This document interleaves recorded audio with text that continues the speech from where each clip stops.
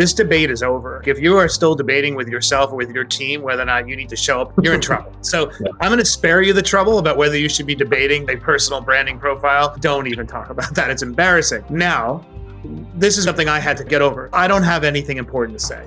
Who cares about what I have to say, what I do? I'm running a small towel manufacturer in Wisconsin, or I have a tiny little restaurant in the middle of quote unquote nowhere.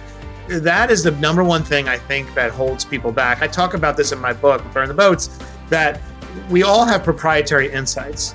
Those are insights that are gleaned because we sit in the stream of some kind of data. If you are running that towel manufacturer in Wisconsin, you've learned something about the supply chain that's interesting, or something about the materials that won't crack when you have a ton of volume on a floor. I don't know what it is, right? Because it's your baby, it's your business. Every single person out there listening to me right now has a proprietary insight that is interesting and actionable for somebody to hear. So once you get over this idea that you have nothing to say, then you can get into the tactics. How do I say it in a way that grabs an audience? So why? Why bother? What do I care if I have an audience? And the reason why is my generation was conditioned that we want to generate earned media. We have news, we want to get a reporter to write an article about us. Think about what has to happen for that sequence to materialize. One, you have to have something newsworthy. Two, you have to convince a reporter to write about you.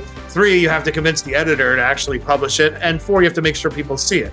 Fast forward to now, you can bypass all those intermediaries and you can tell your own story. And all you have to do is get confident that what you have to say matters.